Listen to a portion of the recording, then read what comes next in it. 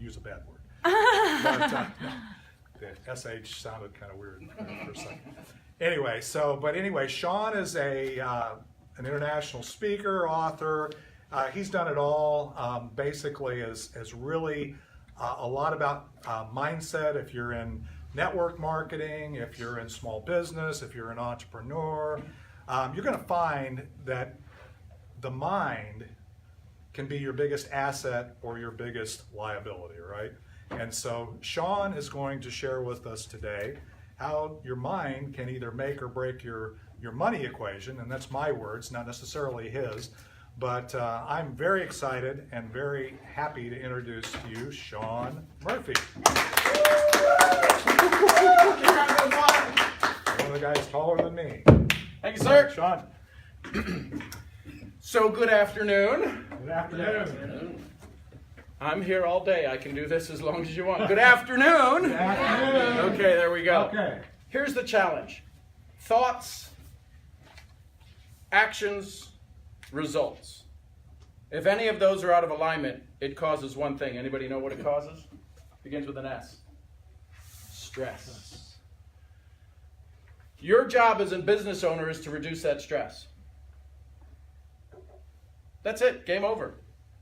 Take away their pain. Take away their pain. See, the thing is that when people are in pain, when are they watching the TV?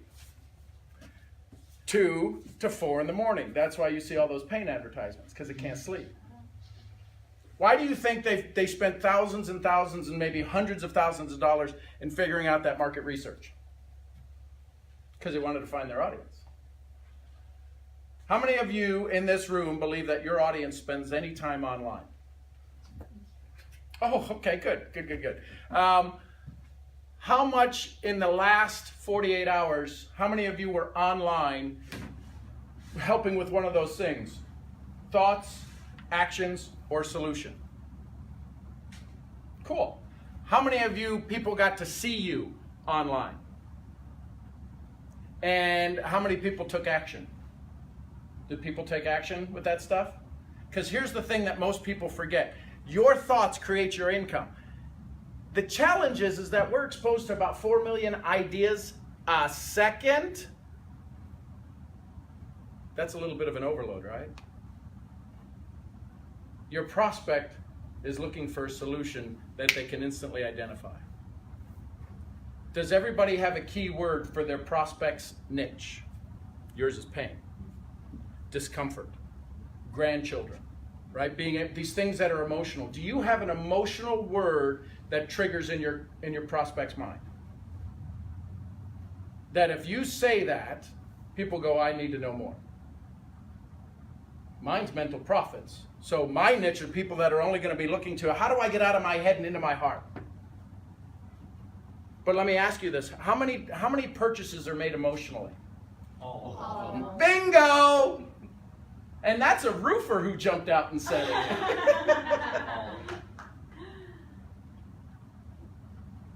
What are you doing to enhance the emotional relationship with your prospects?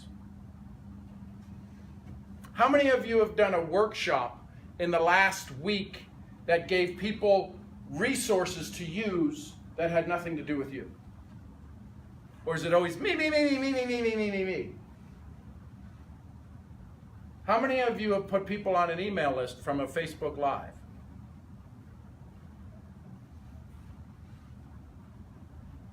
How many of us put a Facebook Live out there and we go, hey, listen, here's what you got to do. Here's great. Listen, I'm Sean Murphy. Thanks for being here. I'll see you where at the next event. And everybody goes, what am I supposed to do now?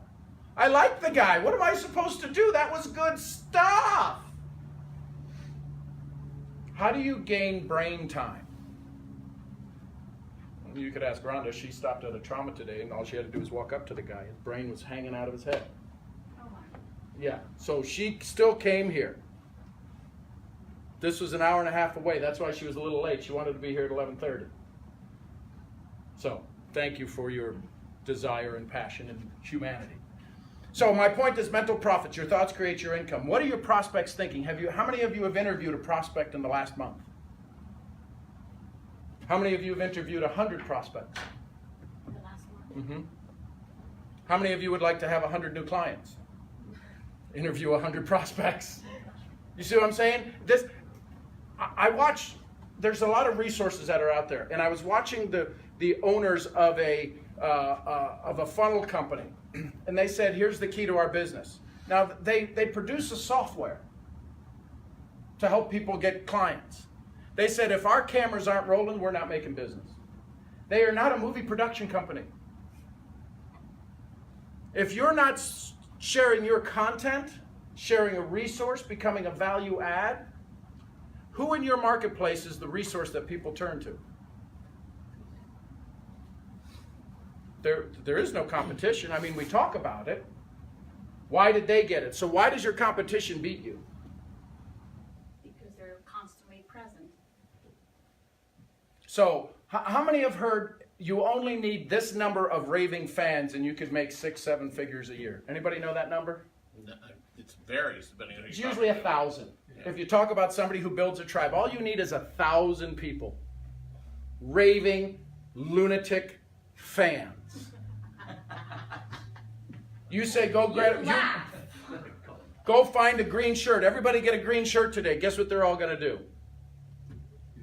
Get a green shirt. How many people do you have right now? If you called them up and said, go get a green shirt, they'd do it. I got about 200. I'm working on my 1,000. But I got about 200. They go, well, shit, Sean said it. We're going to do it. I don't know why. They don't even ask why. Now, that's scary. That's cultish. But that's also culture. I was doing an event in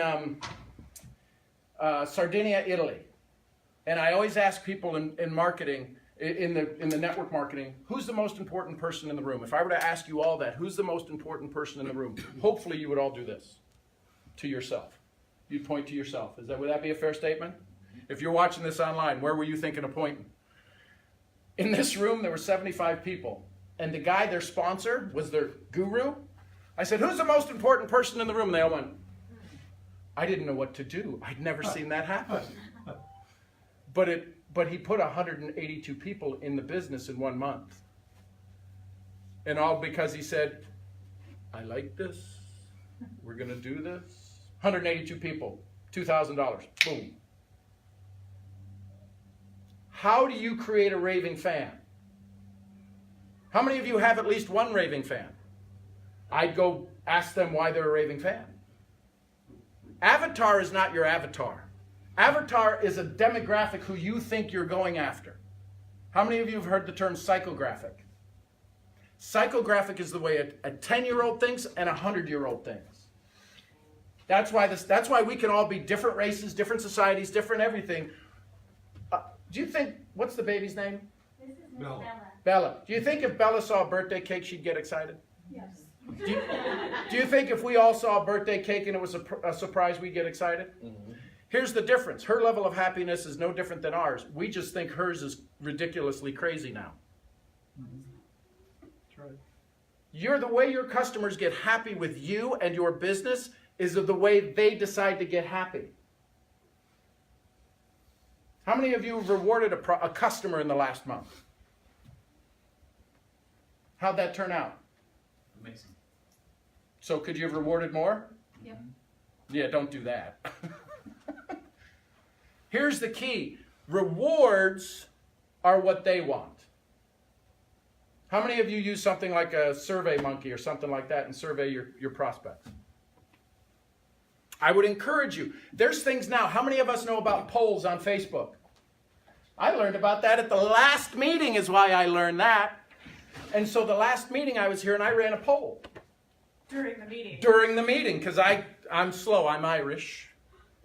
So I got to do things right away, otherwise I forget it. But I ran a poll right away. And all of a sudden people started responding. All they got to do is click on it. So think of a yes or no answer, a this or that answer, an A or B answer. What are some of the things that your clients would love to get from you? Small business owners, are they looking to spend money, save money? Either way, a program's going to save them, a schedule is going to save them, a routine is going to save them. Have you lost money in the last year? Did you make money? Just think of these things. We live in a binary world. If I were to say up, you say what? Down. If I say in, you say what? You see, did you all get the script beforehand? No matter what you say, your prospect, their mentality, their mindset, where your profit lies is in their mind, is going to say whatever it is they respond to. Here's the problem. How many of us have ever been in front of or believe that their expertise puts them in the top 3%? I think all of us in the room. That's why you're here. Here's the challenge. A 3% mindset cannot move a 97% mindset. There is a math problem that exists. How many of us we're beginners? And if you're a beginner, you were in the 97% group. Some of you just failed quicker and got to the 3%. The challenge is that sometimes we forget how to tell our 97% story. So, why did I go into this field of mindset? Because when I was 14 years old, my oldest brother, we were raised Irish Catholic. So and my mother Russian Jew. We didn't do the Jew stuff then. So we were raised Catholic. Do you think Irish Catholic, there's a strong amount of faith that goes inside of that faith? What row do you think we sat in church? Front. Front row. The Murphys. Right? The three Murphys were the altar boys. So it was the end of school. My brother was a junior or a senior, and we were doing farm chores. I grew up on a farm. We had 200 acres of farm. We farmed about 200 head of cattle, so there's a lot of work to do. And Michael and his room, his overnight guests were still in the room, and it was like now 10 o'clock. We had already been out for chores, and Mom says, "You guys got to get up. Let's go." And the sleepover, I don't remember his name, says, "So when are you going to tell your mother?" And Michael turned this color. "When are you going to tell your mother?" And Michael's like, "This isn't happening now." And so you could imagine my mom when somebody says, well, there is no talking about it later. So at that moment, in the next 2 hours, my brother was outed of his being gay. That's probably not the best way for any family to learn, by somebody overnight guest saying, "You should tell your family you're gay." There's no way out of that. You can't put that rabbit back in the box. So for the next 24 hours, my family was in major turmoil. I tell you all of this because it was the moment I decided to never have another bad day. Amen. The tragedy and the trials, and I want him dead. It was literally, I want his name changed. We're calling the attorneys. Our family was very wealthy. We had attorneys on retainer. I want his name changed. I want him out of the house. She had taken all of his stuff and thrown it out. And I'm the baby. Now my mom was also an alcoholic. So that makes me a what? A codependent, the baby of the family. What do you think I wanted to do? Fix it all. Mm-hmm. Getting in front of everything, getting in front of this. So at some point, I broke down and I went out to the garage, and I'm sitting on a weight bench, and we have 2 dogs at the time that were roamers, and their name was Spot and Pooh. I'm not kidding you. That's how creative. We had so many dogs, we had to keep the name simple. And I looked at them and I said, "I will never have another bad day." Now, I didn't turn instantly into that. An eye for an eye, believe the whole word blah. I haven't gotten there yet. But what I've gotten to is removing myself from that moment where challenge and anxiety do not bring value. I deal on an international basis with people, a Latin market. What do you say about Latin people? They're what? Passionate. Yeah, we just call them hot-blooded. And so anything sets them off, and I just go, "Really? Is that the best answer?" "Yeah, but you don't get it. You don't understand." I deal with Europeans. Europeans are fairly prejudiced. I say that because I've been there. And Italians don't like Slovenians, and Slovenians don't like Croatians, and Serbians, and right? And so it's all country. Here's the reality. What does everybody want? Connection. It matters not where, it matters not when, Everybody wants connection. Your prospects are dying to connect with you. They are looking for a way for you to bring them value. Mark Victor Hansen told me once, he says, give them everything you got before they give you anything they got, so they know they're going to get something in return. How many of you have an amazing community that if you gave me a script to read exactly what you've been telling them for the last 6 months and I read it, do you think they would think I'm a genius? Yep. Oh my God. And you stand there and go, I've been saying this for years. Learn, teach, share. Go find a TED Talk that relates around what you do. Go find something. Go find somebody in medicine. Go find something they couldn't have found on their own and bring them value. And then ask them, if you'd like the 3 more things that they didn't tell you about, send me a private message and let them get on your list. Sometimes we think ourselves out of success, especially the small entrepreneur. Biggest reason is we're afraid to ask for what? Anything? Help. Help. Even asking for an order is asking a client to help you. That's right. They want to buy. They just don't want to be sold. So, much like Dave, if anybody would like to spend time one-on-one, 20 minutes, I'd be happy to help you with your story. Because if you're missing out on clients, it's because they can't tell your story. People want to find somebody they can get behind. They want to find somebody. That's how charities get started, right? Nobody wants to wear a pink pin, a pink ribbon.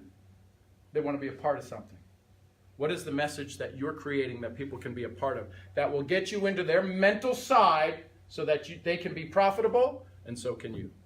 Is that time? You got time. You're good. Any questions on that? Yes, ma'am. You said the client needs to be able to tell their story. And here's why. So I just want to highlight that and maybe expand on how you... So they need to be able to tell your story. Why?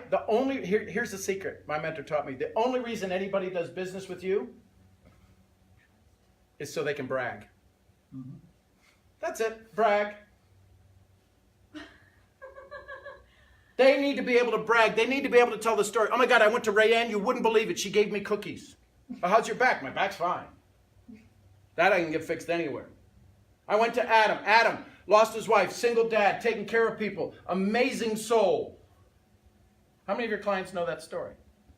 Handful do. The other handful don't. Because you're like, no, they don't need to know that. They need to know that. Brene Brown says it best. Your vulnerability gives me courage. That's right. They need to be able to brag on you. You know how people tell my story? You know, the guy with the shirts. And shoes. And shoes. Matching shoes. And he's loud. But I also make them feel good. I'm the best hugger in the world. Their words, not mine. So all of that to say, they need to be able to tell your story. Army veteran, time overseas? Yes, sir. Thank you for your service, sir. I don't know. I'm looking at the crowd. Maybe. Is there any Vietnam vet in here? Okay, I'm going to ask you to do this. This is just, now I'm jumping off of this topic because this is personal to me. Every Vietnam vet you go, if you choose to, I'm going to ask you to. I've been employed by a Marine colonel, a 30-year Marine colonel employed me to do this. He's go over and welcome them home. And then I dare you to do this. Ask them if that's the second or the third time they've been welcomed home. 80% of the ones I've asked said it's the first time I've ever been welcomed home. Wow. People tell me all the time, thank you for your service. I had a gentleman in Louisiana, his wife thought I just gave them a $10 million check. She said, in 40 years, nobody has welcomed my husband home. Guess who calls me every week to tell me what's going on in her life? Guess who's become a coaching client? Because I can't tell her no. Because I loved on her husband. She brags about that story every place she goes. Does that make sense? Mm-hmm. Give them a reason to talk about you. I send thank you notes. I send texts all the time. I send crazy, stupid pictures. People love getting messages from me. Doesn't take any time. I'll call them out of the blue. I'll go, listen, you were running through my head. Is everything okay? How did you know? Anybody ever make one of those phone calls? Mm-hmm. You can make more of them because checking your email ain't getting you any money. And how many of us feel better when we're in service? Then just go do that. Go do that. Be in service more. Be in service more. Let them brag on you. Let them tell your story. Does that help? Outstanding. What else? Any other questions? Gotta be more questions. Come on, guys. Yes, I have a Irene. question. Sometimes it's hard for me to tell my personal story because I have a very dark past. Okay. So my biggest fear is being emotional with telling my story. So what would you suggest? I mean, I tell stories. Would you about like to hear what a clients, coach would say, or would you like to hear what I would say? What you would have to say. Tell the damn story. Tell the damn story. Because that vulnerability, that darkness, you have no idea how many people will show up and go, that same thing happened to me. Okay. I do a morning call, 6:30 in the morning. I did for an hour long. I do 20 minutes of presentation I pick a word. This morning's word was, yeah, I don't know either. I don't remember. That's a product of age and doing so much of it. So Yeah. we did one last week. We did depression. I meditate for about 2 hours in the morning before I go do this. And I was arguing with this word. I'm going, no, deprive. And it would go, depression. I would go, no, we're doing deprive. And it would say, no, you're doing depression. I go, I don't know about depression. And it says, you're doing depression. My speaker, my higher self, my speaker. So I go to Google depression. I'm like, oh my God. So we do the 16 people said, I suffer with this every day. This is the greatest thing ever. This gave me a chance to get out of my way because now there's people in the community who can talk to each other. And my ego said, we're going to talk about deprive, not depression. Guess who was wrong? Ego, edging God out. Yep. Go tell your story. Please tell your story. I'd love to help you if we can, because there's parts of it you can tell inside of a community versus on the outside. That's right. You don't have to be open the kimono. You can say, here's what I've done, here's what I do. I'm doing a private session in my community to help people through this story. You deserve to tell that story and get eyeballs because somebody needs to hear your story. And I was surprised at how many, and this is just, again, people have had conversations because of this community. So many people have talked about how they were molested as children. I don't know if I was. I mean, it starts you thinking if everybody else is, right? Based upon my family.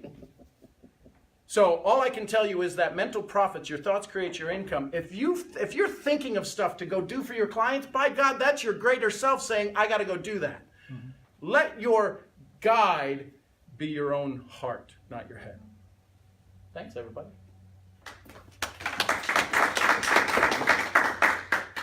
All right, well, a couple of advertisements. First of all, we're done a little bit early, so thanks for the Facebook Live audience. Next week,